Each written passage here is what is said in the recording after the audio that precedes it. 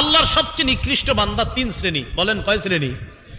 এক নাম্বার আল মাশাউনা বিন নামিমা, চুগলখোর যারা, তারা হলো সবচেয়ে নিকৃষ্ট। দুই নাম্বার আল মুফাররিকুনা বাইনাল আহিব্বা, মহব্বতের মানুষদের মাঝে যারা ফাটল ধরায় তারাও সবচেয়ে নিকৃষ্ট। তিন নাম্বার আল বাগুনাল বুরা আল আনাতা, ভালো মানুষদের যারা খারাপ কামনা করে তারা সবচেয়ে নিকৃষ্ট।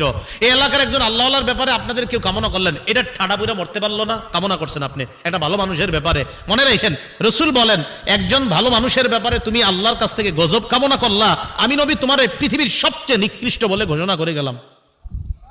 তাহলে ভালো মানুষের ব্যাপারে যদি খারাপ ধারণা আপনার করেন, যে খারাপ কামনা করেন, আল বাগুনাল বুরা আল আনাতা, ভালো একটা মানুষ তার ব্যাপারে আপনি খারাপ চাইতেছেন, যে এটা এই টাইফয়েডে মরতে পারে না, কথার কথা মানে আপনি চাইতেছেন এ যাতে খারাপ অবস্থায় থাক। রাসূল বলেন ভালো মানুষদের যারা খারাপ কামনা করে এরা সবচেয়ে নিকৃষ্ট। তাহলে পৃথিবীর সবচেয়ে নিকৃষ্ট বান্দা কয় শ্রেণী? তিন শ্রেণী।